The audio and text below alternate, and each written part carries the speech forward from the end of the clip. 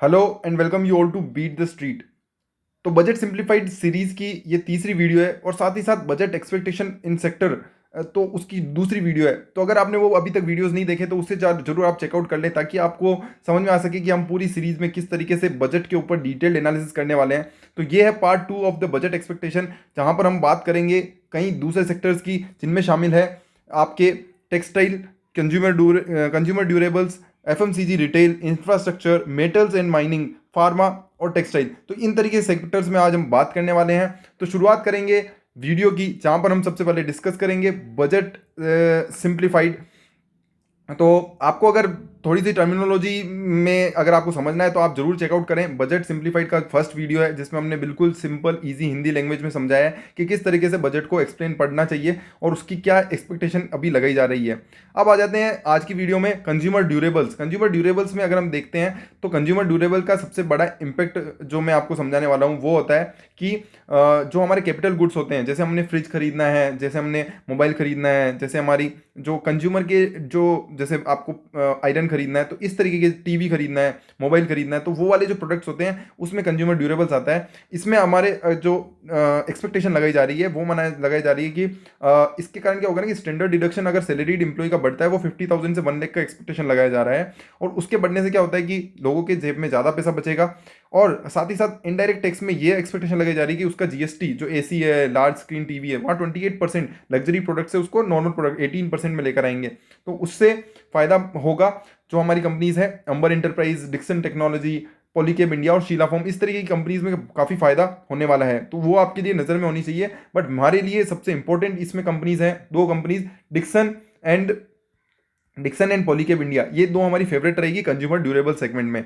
वहीं एफएमसीजी और retail segment में अगर हम बात करते हैं तो एफएमसीजी और रिटेल सेगमेंट में, क्योंकि एलोकेशन टू मनरेगा, मतलब कि महात्मा गांधी जो हमारे रूरल स्कीम है जिसके तहत हाउस होल्ड की इनकम को थोड़ा स्ट्रॉन्ग बनाया जाता है, रूरल इकोनॉमी को स्ट्रॉन्ग बनाया जाता है, एग्री इंफ्रास्ट्रक्चर में जो लाइक कोल्ड चेन हो गया, वेयर हाउसिंग, लॉजिस्टिक। तो एफएमसीजी और रिटेल सेगमेंट में यहाँ पर स्किल अपग्रेडेशन पर काफ़ी पैसा खर्च किया जा रहा है, जॉब क्रिएशन, एमएसएमई डेवलपमेंट में काफ़ी पैसा खर्च किया जा रहा है। तो वो कहीं ना कहीं इम्पेक्ट करेगा। और इसमें अगर पूरे सेगमेंट की बात करें तो डाबर, एचयूएल, ब्रिटेनिया, आईटीसी, एशियन पेंट्स, ज्योति लैब, इमामी जैसी कंपनी है। वहीं अगर बड़े सेगमेंट में बात करें तो नेस्ले, ब्रिटेनिया, गोदरेज, कंज्यूमर प्रोडक्ट्स, इस तरह की कंपनियां शामिल होती है। तो यहाँ पर अगर आप देखते हैं कि एक्साइज ड्यूटी बढ़ाई जाती है, एनसीसीडी ऑन सिगरेट और टोबैको प्रोडक्ट की यहाँ पर बढ़ाई जाती है, तो वो आईटीसी के लिए, गोल्ड फ्री फिलिप जो कि सिगरेट बनाती है, उनके लिए काफ़ी नेगेटिव हो सकता है। और पिछले अगर हम कई सालों की बात करें तो वहाँ पर हमेशा आईटीसी के लिए जब भी ऐसा किया गया है तो उसके लिए काफ़ी नेगेटिव इम्पैक्ट पड़ता है। और ऑलरेडी आईटीसी पे काफ़ी मीम भी बनाए जा रहे हैं, अगर आपने देखा होगा तो वो कहीं ना कहीं एक और नेगेटिव इम्पैक्ट क्रिएट करता है अगर यहाँ पर कोई भी एक्साइज ड्यूटी, एनसीसीडी ड्यूटी को बढ़ाया जाता है तो। इसके अलावा कंपनी जो गवर्नमेंट है वो कहीं प्लान कर रही है पीएलआई स्कीम लाइक फूड और टेक्सटाइल पे। तो उसके कारण जो हमारी एफएमसीजी रिटेल कंपनियां हैं उनको काफ़ी फायदा होने वाला है, गोदरेज कंज्यूमर, टाटा कंज्यूमर। और हमारी फेवरेट पिक इसमें दो रहेगी, Asian paint and Tata consumer. Other than this there are lot of companies, but हम उनमें ज़्यादा डिटेल में जाना नहीं वाले हैं। तो उसमें आपको दो कंपनियां हैं जो आपको आपके रडार पे होनी चाहिए, वो है Asian paint and another is Tata consumer. और इसके अलावा आप एक और कंपनी जो देख सकते हैं वो है मेरिको और Godrej consumer, but they are मतलब मेरे हिसाब से अभी फिलहाल टाटा कंज्यूमर में काफ़ी पॉसिबिलिटीज एज ऑफ नाउ बन सकती है। वहीं अगर हम बात करते हैं इंफ्रास्ट्रक्चर की, तो इंफ्रास्ट्रक्चर पे काफ़ी ज़्यादा गवर्नमेंट का फोकस है और रोड के कैपेक्स में एक्सपेक्टेशन लगाया जा रहा है कि इस साल 25 से 30% हायर एलोकेशन गवर्नमेंट यहाँ पर दे सकती है।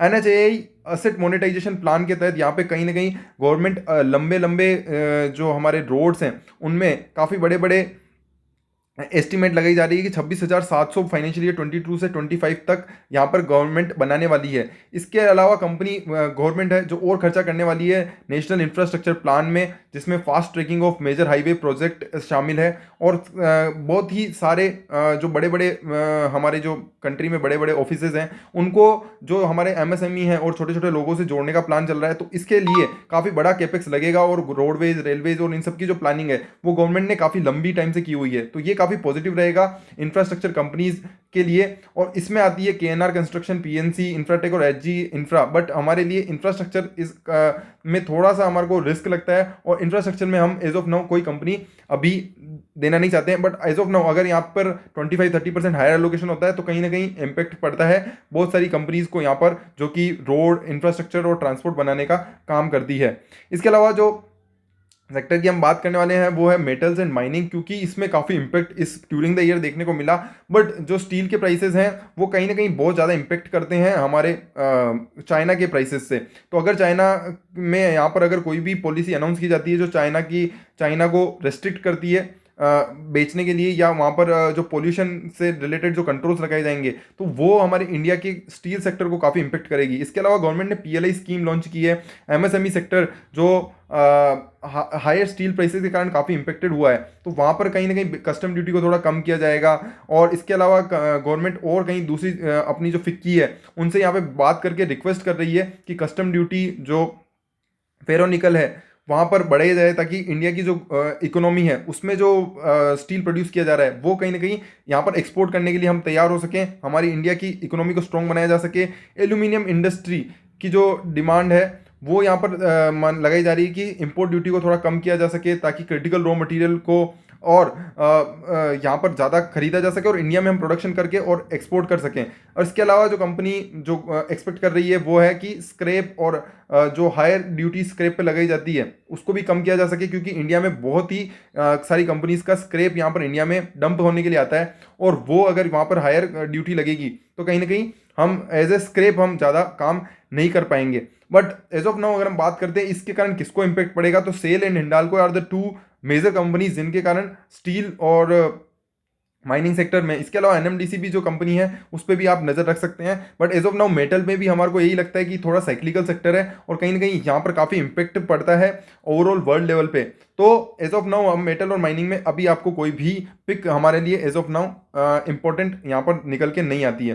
फार्मा की अगर हम बात करते हैं तो फार्मा में गवर्नमेंट ने PLI स्कीम ऑलरेडी लॉन्च कर दी है। इसके अलावा कहीं ना कहीं इंडिया की फार्मा कंपनीज जो कि US में सबसे ज़्यादा एक्सपोर्ट किया जाता है, तो वो कहीं ना कहीं बहुत अच्छी डेवलप हो रही है। आने वाले समय में ATD का यहाँ पर लगाया जा रहा है कि एक्सपेक्टेशन की ATD में एक्सपेंडिचर को बढ़ाया जा सकता है, जो बहुत सारी कंपनीज के लिए, साथ ही साथ आई एम सो सॉरी, बहुत सारी कंपनीज के लिए यहाँ पे फायदा हो सकता है। इसके अलावा कोविड-19 के ट्रीटमेंट को भी ATD में कवर किया जा सकता है, R&D को बढ़ावा दिया जा सकता है।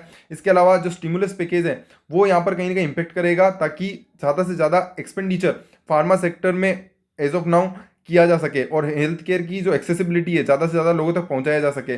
और इसके अंदर अगर हम बात करते हैं तो ये ग्लैंड फार्मा, किम्स, HCG जैसी कंपनियां हैं, और फार्मा में भी कई बड़ी सारी कंपनीज हैं जो यहाँ पर इम्पेक्टेड होगी, जिसमें सिप्ला, फाइजर, आपकी और बहुत सारी जो फार्मा कंपनीज हैं, सन फार्मा हो गई, वो इम्पैक्ट यहाँ पर करेगी। PLI स्कीम्स के कारण यहाँ पे कहीं ना कहीं बहुत बड़ा इजाफा होने वाला है। बट पब्लिक इन्वेस्टमेंट जो किया गया है हेल्थ इंफ्रास्ट्रक्चर में 1.29% ऑफ GDP किया गया है, और आने वाले समय में ये और बढ़ता है तो फार्मा कंपनी को कहीं ना कहीं यहाँ पर बहुत फायदा होगा।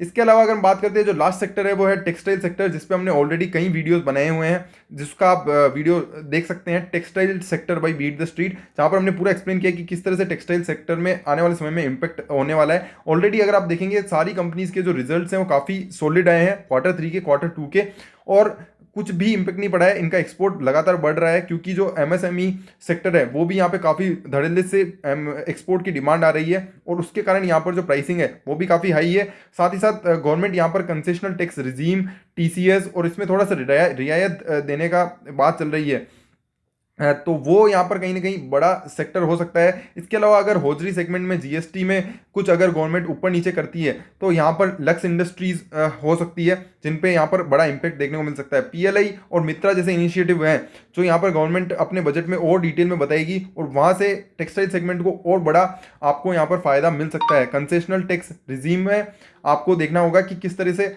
गवर्नमेंट सपोर्ट करने वाली टेक्सटाइल सेक्टर को। तो आई थिंक कि टेक्सटाइल में हमारी सबसे बेस्ट पिक रहेगी KPR मिल्स। इसके अलावा आप जो कंपनीज देख सकते हैं वह है वेल्सपन इंडिया, ट्राइडेंट, हिमात सिंह का सीडे, बट हमारी बेस्ट पिक रहेगी यहाँ पर KPR मिल्स। और ये अगर हम स्पिनिंग में बात करें तो स्पिनिंग में हमारी जो बेस्ट पिक रहेगी वो होगी आपकी नितिन स्पिनर्स। तो ये दो सेगमेंट में आप ये जो कंपनीज हैं वो यहाँ पर चेकआउट कर सकते हैं। इसके अलावा अगर आपको ये वीडियो पसंद आ रहे हैं तो आप इसको शेयर करें ताकि ज़्यादा से ज़्यादा लोगों को बजट से रिलेटेड जो अनाउंसमेंट है, बजट से रिलेटेड जो एक्सपेक्टेशन है वो यहाँ पर समझ में आ सके सिंपल ईजी लैंग्वेज में। और आप किस तरीके के हम वीडियो बनाने चाहिए वो आप कमेंट सेक्शन में बता सकते हैं। और आपको वीडियो कैसे लगे हैं वो ज़रूर लिखना ना भूलें। Thank you so much. This is the end of expectation. तो यहाँ पर ये वाला पार्ट आपका खत्म हो जाता है। Bye bye.